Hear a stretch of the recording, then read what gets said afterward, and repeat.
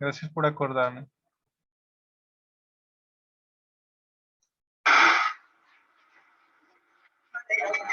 Siempre la buena eliminación de desechos es recomendable. Esto sin duda alguna es una parte fundamental para proteger primero el personal de limpieza, la comunidad y por supuesto el medio ambiente.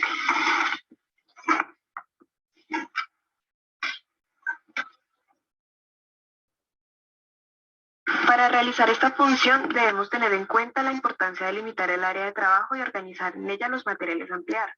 La lanceta, instrumento estéril con el cual se realiza la función. El marcador para diligenciar los datos del paciente. Lámina para la recolección de la sangre.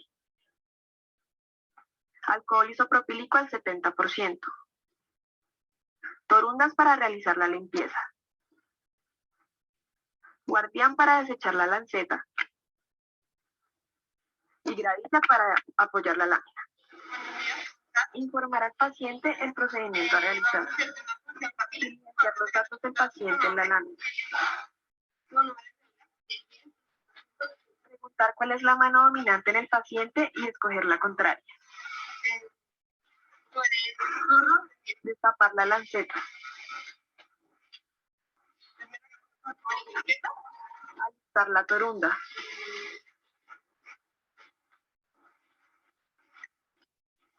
Escoger un dedo y en él el sitio de punción. Asegurar al paciente. Realizar un masaje para mejorar la irrigación del sitio a puncionar. Realizar la limpieza con una torunda y alcohol y dejar secar.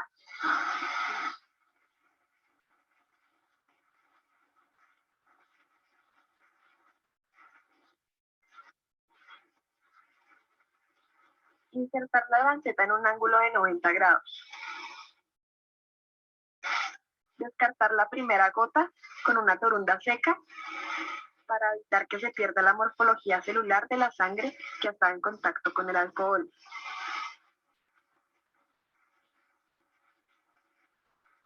Desechar la lanceta. Obtener una gota considerable y colocarla en la lámina. Colocar nuevamente una torunda seca en el dedo del paciente para realizar presión. Desechar los algodones utilizados en la caneca roja y el empaque de la lanceta en la bolsa gris.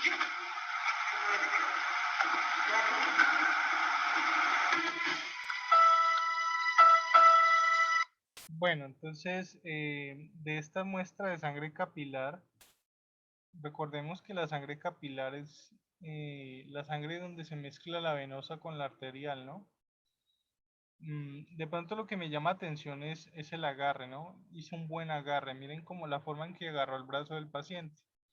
Y es que hay veces que cuando el paciente ve que lo van a chuzar, el dedo, ¿qué hace el paciente? A veces da miedo y retira la mano, ¿sí? Informar al paciente el procedimiento a realizar. Lo otro es que ya le pregunto cuál es la mano dominante, es decir, qué mano es la que más usa. Entonces, dependiendo de la mano que más usa, pues le chuzamos la contraria. Es decir, si usted es zurdo, pues no le vamos a chuzar la mano izquierda y no la mano derecha, ¿ya? Entonces, miren la forma en que le agarró el brazo, ¿sí? Le aseguró para que pronto si ella jala hacia atrás la mano, de pronto no vaya a rasgarle después con la lanceta. Las lancetas son unas pequeñas agujitas, aunque hace unos años las lancetas eran como una pequeña cuchilla, ¿sí? Entonces, hoy en día, por ejemplo, para la glucometría, se está usando como una especie de lapicero. Entonces uno usa un lapicero, funciona aquí, ya sale la gotica de sangre y le dicen a uno, descarte la primera gota de sangre. Bueno, no siempre se puede hacer eso. ¿Sí? El protocolo muchas veces dice descarte la primera gota de sangre, pero es que hay pacientes que están tan coagulados que no te va a coagular de una, entonces no te va a alcanzar a dar una segunda gota de sangre, ¿ya? Entonces me llama la atención la forma en que le agarró el brazo, lo agarró muy bien, miren, lo agarró con su casi que de brazo a brazo, casi que con su codo, parece que lo estuviera haciendo una llave, pero pues yo entiendo que le hizo ese agarre para, precisamente para que no vaya a retirar la mano. Es que hay personas que retiran la mano cuando, sí, es más el miedo psicológico ahí que otra cosa. Lo digo porque yo soy uno de los que pues, yo puedo prestar mi brazo para una venopunción, yo presto mi mano para una canalización, ¿cierto? E incluso me he dejado chuzar de los estudiantes mientras les explico, ¿ya? Pero con las glucometrías a mí me da como una sensación no sé, de pánico ahí con el dedo, porque con los dedos yo soy muy quisquilloso, ¿sí? Tengo mucha sensibilidad en los dedos, entonces me cuesta trabajo prestarle mi dedo a alguien para que me lo chuce, ¿sí? Entonces, me parece muy bien ese agarre que hizo ahí. Masaje para mejorar la irrigación del sitio apuntado. Le hace un masaje en el dedo para mejorar la irrigación del dedo, dice. Y miren que pues, ella aquí no usó ningún lapicero, simplemente tomó una gota en una placa. Ese examen de una gota de sangre en una placa sirve mucho, por ejemplo, cuando te van a medir el RH, ¿sí? Para saber el RH del paciente, sirve mucho. Funcionar. Realizar la limpieza con una torunda y alcohol y dejar secar.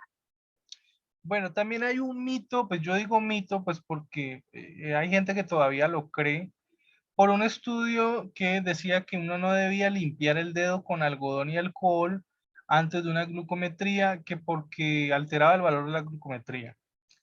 Yo digo que es un mito porque fue un estudio que se hizo como en 1960 que demostraba que el alcohol alteraba el resultado de la glucometría, pero pues vuelvo y lo digo, es un estudio de 1960, es decir, desde 1960 no se había hecho ningún estudio, ¿ya? Y un enfermero se dispuso a investigar bien esto y pues encontró que desde 1960 no se volvió a medir, y pues los glucómetros de esa época pues eran muy antiguos, eran los primeros glucómetros. Entonces, si tú comparas con los glucómetros de hoy en día, el realmente limpiar un dedo con alcohol no es malo, no lo altera. ¿Ya? Al contrario, antes es bueno porque el alcohol permite que el dedo quede bien limpio. Sí está demostrado de que si tú no limpias el dedo, te va a dar un resultado alto, sí, porque a veces el paciente ha comido galletas, ha comido alguna fruta y queda el residuo de ese alimento en el dedo y lo va a marcar como una glucosa alta. Entonces, no limpiar el dedo sí es malo porque puede marcar un resultado de la glucosa alto, ¿ya? Pero eso de que al limpiar con alcohol altera el resultado de la glucometría, eso está mandado a recoger, es como un mito ya, prácticamente. Bueno, aquí ella no va a tomar glucometría, ella aquí va a tomar la gota de sangre en una placa, y como les digo, esto es como para mirar el RH del paciente.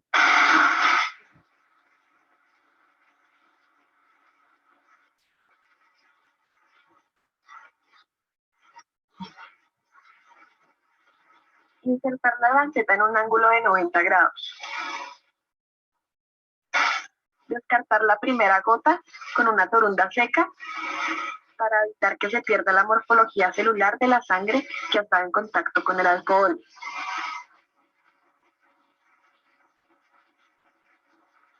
Desechar la lanceta.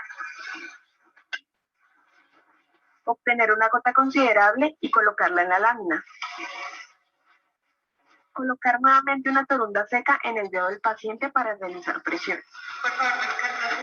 Bueno, si fuera un glucómetro, es decir, si fuera una glucometría, ahí la recomendación sería poner la tira en el glucómetro antes de chuzar al paciente, ¿ya? Porque él se demora unos segundos antes de estar listo, ¿ya? El glucómetro tiene que salir una marca donde muestra una gotica de sangre que nos indica que ya podemos poner la gota. Si tú hicieras al revés, si tú pusieras la gota de sangre en la tira antes de ponerle el glucómetro, te va a dar error, ¿ya? Pero de resto, todo el procedimiento es tal cual como ella lo mostró. Desechar los algodones utilizados en la caneca roja y el empaque de la lanceta en la bolsa gris.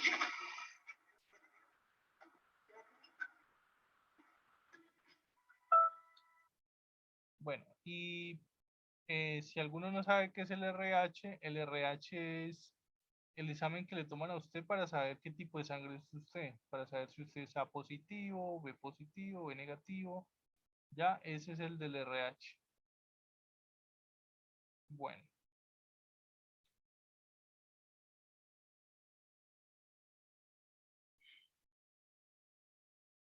vamos a ver lo de los tubos, porque también es importante saber cuáles son los tubos y para qué sirven los tubos. ¿Listo?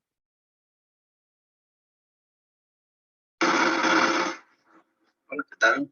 En esta ocasión su canal EDESER les trae un tema sobre los tubos de laboratorio que utilizamos cuando extraemos muestras sanguíneas.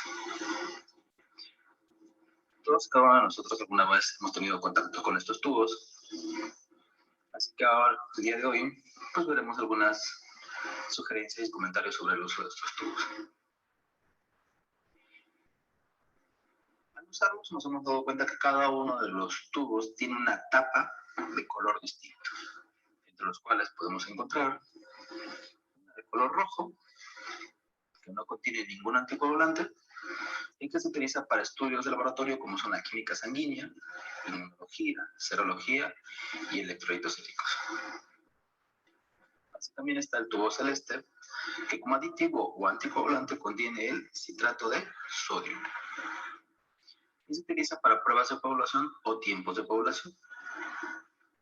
Así también existen otros tubos como el verde y el verde claro, que cada uno tiene como aditivo o anticoagulante heparina de litio, el verde claro más que el separador, y ambos se utilizan para química sanguínea y estudios de linfocitos. Por otro lado, tenemos el tubo lila, que contiene como aditivo o anticoagulante el ETA, que es ácido etildiaminotetraacético, y se utiliza generalmente para biometría hemática y banco de sangre. Por último, menos usado que los demás, está el tubo gris, que contiene fluoruro de sodio y se utiliza para la medición de glucosa. Existen muchos otros colores de tapa, como el amarillo, que se utiliza para pruebas de paternidad, el naranja, que se utiliza para determinaciones en suero, el beige, para determinación de plomo, el azul marino, para exámenes toxicológicos o química nutricional, y el blanco, que contiene ETA también, gel separador, y se utiliza para determinar cargas virales. Como hemos visto, estos tubos con estos colores de tapa, generalmente nosotros como profesionales de la enfermería casi no los usamos. Por lo tanto, hablaremos de los tubos más usados. Cuando extraemos nosotros la sangre, existe una controversia, ya que hay diferentes bibliografías que nos sugieren un orden en la extracción de la sangre o el orden que vamos a usar los tubos durante la extracción de la sangre. No es un estándar, ya que investigando hemos encontrado, algunos sugieren un orden, otros sugieren otro, pero el laboratorio fabricante de estos tubos, tomé como base esa, nos sugiere el siguiente orden. Cuando vamos a extraer muestras sanguíneas, para lo cual en ese momento vamos a requerir hemocultivos, pues siempre será primero la toma de hemocultivos. El frasco que utilizaremos para hemocultivos. Posteriormente se utilizará el tubo que contiene citrato, o todo aquel tubo que contenga citrato. General. Bueno, voy a explicar un poquito lo que él dice acá, por si de pronto alguna todavía está medio perdida. A ver, lo que pasa es que cuando tú vas a tomar muestras de sangre, dependiendo del examen de sangre que vas a tomar, pues vas a usar un frasco diferente, ¿ya? Entonces miren lo que nos dice él acá. Cuando vas a tomar una muestra de electrolitos, por ejemplo, usted le mandan y le dicen al paciente hay que medirle el potasio, el cloro y el sodio, los 3 electrolitos importantes, ¿ya? Cuando tú vas a tomar electrolitos, entonces te recomiendan el tubo de tapa roja. ¿Listo? Que se puede en el tubo de tapa amarilla. Sí, también se puede en el tubo de tapa amarilla tomar electrolitos. Ya, el tubo de tapa roja y el tubo de tapa amarilla sirven para lo mismo. Solo que el rojo no tiene anticoagulante y el amarillo tiene, no sé, acá no lo muestra. No, no lo mostró. Ah, sí, acá está.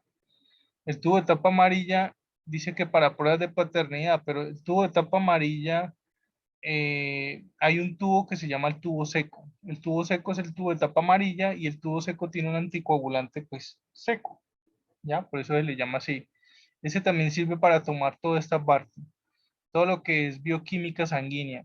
¿Qué significa bioquímica sanguínea? No son solo los electrolitos, bioquímica sanguínea también son cuando vas a tomar ciertas hormonas o sustancias químicas que hay en la sangre. Para eso me sirve el, el tubo de tapa roja y el tubo de tapa amarilla o tubo seco, ¿ya? El tubo de tapa lila es el tubo de citrato de sodio y es el que se usa para pruebas de coagulación. Acá lo hice. Pruebas de coagulación o tipos de coagulación, es decir, el PT y el PTT, que es como las pruebas más usadas para saber la coagulación del paciente. Cuando yo necesito descartar si el paciente coagula mucho o está anticoagulado, este es el tubo que yo necesito, ¿sí? Siempre. ¿Qué pasa si le tomamos una muestra de sangre en un tubo de tapa roja y mandan tiempos de coagulación? Pues no me sirve. No me sirve esa muestra.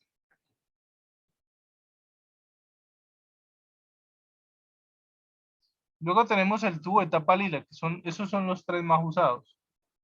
Gris, que contiene fluoruro de sodio y se utiliza para la Los tres más usados son esos: el tubo rojo, el tubo lila y el tubo celeste. ¿Ya? ¿Por qué el tubo lila? El tubo lila es el que se usa para todo lo que es biometría hemática, dice acá. ¿Qué significa eso de biometría hemática? Pues el hemograma, ¿ya? Todo lo que hemos visto de hemograma, es decir, en este tubo es en el que se usa para envasar las muestras de sangre para evaluar hemograma. Yo necesito mirarle glóbulos rojos, glóbulos blancos, ahí se mire, ¿sí? Se mira esa parte. Incluso las plaquetas, ¿ya? Que las plaquetas tienen que ver con la coagulación, sí, pero se miran en el tubo de tapa lila, ¿ya? Las pruebas de coagulación del tubo de tapa celeste son el PT y el PTT. Ya después les hablaré qué es eso del PT y el PTT. Eso es tiempo de protrombina y tiempo parcial de tromboplastina, ¿sí? Entonces, esas dos pruebas, esos dos exámenes se miden en el tubo de citrato sódico. Y todo lo que es el hemograma, es decir, glóbulos rojos, hematocrito, hemoglobina, glóbulos blancos, neutrófilos, monocitos, basófilos, eosinófilos, todo lo que vimos en esa clase que yo les di a ustedes de hemograma, se toma en este tubo, en el tubo de tapa lila, que es el tubo anticoagulante ECTA. Ya, esos son los tres tubos más usados: el de pruebas sanguíneas, de bioquímica sanguínea y electrolitos, el de tiempos de coagulación y el de hemograma. Son los tres tubos más usados.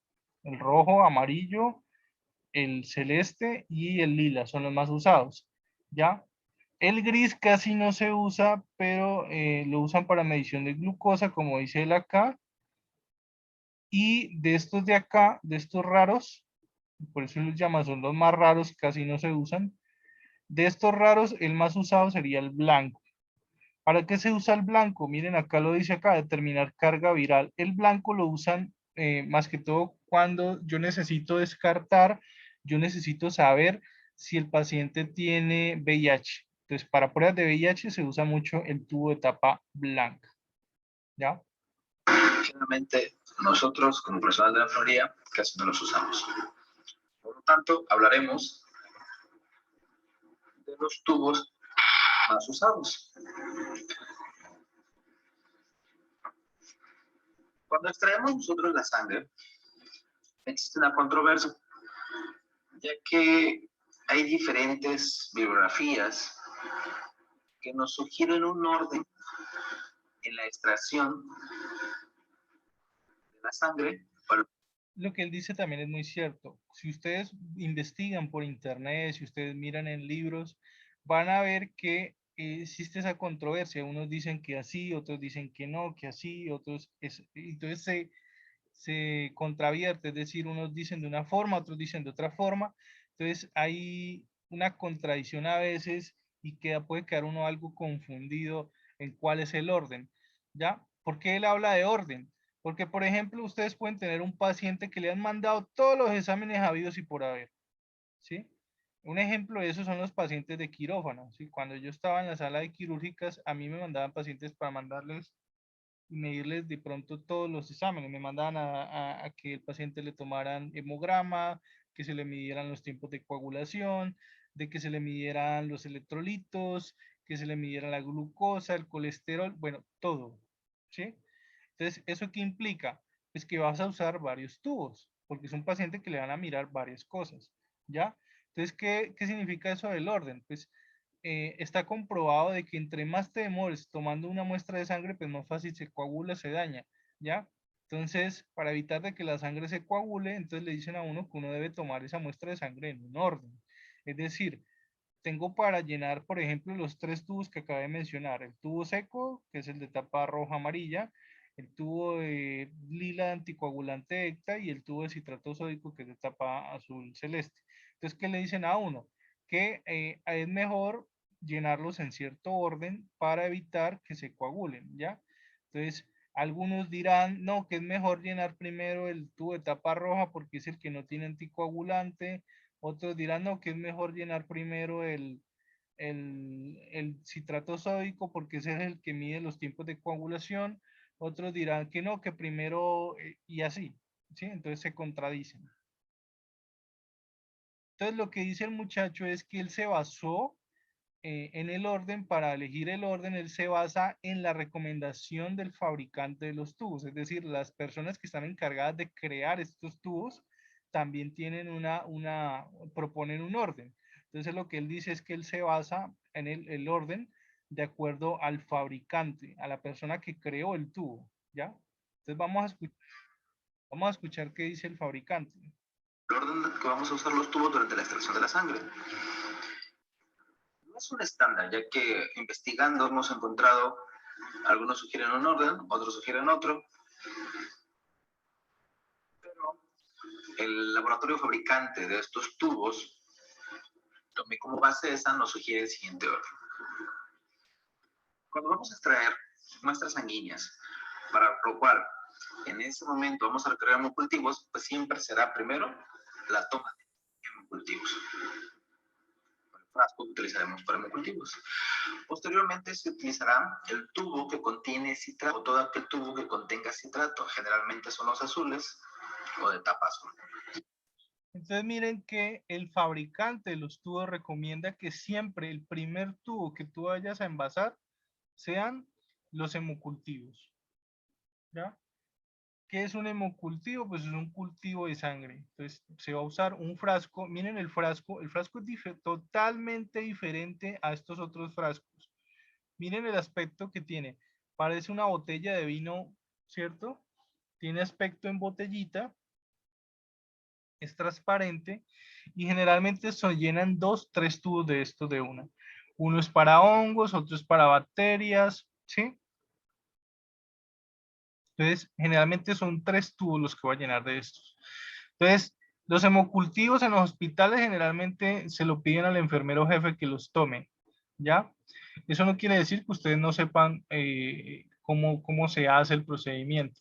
Pero para que se hagan una idea, es con técnica estéril. Es decir, la persona que va a tomar un hemocultivo tiene que usar guantes estériles, tiene que desinfectar con yodo-povidona, aquí no con alcohol, sino con yodo-povidona, y va a tener que hacerlo varias veces para evitar de que se infiltre, ya sabemos quién, Streptococcus aureus, que es la bacteria que está en la piel, se infiltre de pronto a la hora de tomar la muestra de sangre, ¿ya? Si de pronto en el hemograma sale que es Streptococcus aureus, de pronto el bacteriólogo va a decir, ese hemocultivo está mal tomado, vuélvanlo a tomar. Entonces, ojo con eso, hay que tener mucho cuidado con la técnica estéril de estos pacientes a los que les vaya yo a tomar hemocultivo, ¿vale? Entonces, lo que nos recomiendan es siempre el hemocultivo de primero. Ya, porque ¿qué pasaría si yo lo dejara de último? Pues más riesgo de que en algún momento contamine, ¿sí? Entonces, usar técnica estéril, guantes estériles, ¿sí? Todo esto para evitar de que no se nos contamine la muestra con alguna bacteria del medio ambiente, ¿sí? Y si no hay que tomarle hemocultivos, miren lo que nos dice. Priorizamos el tubo de citrato sódico, es decir, el de los tiempos de coagulación. Posteriormente utilizaremos los tubos que no tienen aditivo. Generalmente nosotros conocemos el tubo rojo. Posteriormente el verde, que contiene heparina, luego el morado, el conocido ETA, y por último el gris, y así sucesivamente.